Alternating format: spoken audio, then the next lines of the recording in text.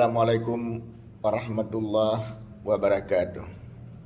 Saya Ahyar Kamil sebagai Ketua Umum Persaudaraan Aceh Serantau memohon kepada Bapak Presiden Republik Indonesia, Bapak Insinyur Haji Joko Widodo, agar bisa mengevaluasi kembali kinerja Menteri Agama yang mengumpamakan suara azan dengan suara anjing menggonggong.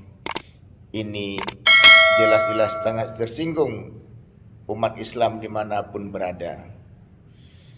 Kami mohon kepada Bapak Presiden kita yang kita cintai, Bapak Insinyur Haji Joko Widodo, agar bisa mengevaluasi kinerja Menteri Agama, agar tidak ada kegaduhan di masyarakat, tidak ada ketersinggungan antar beragama.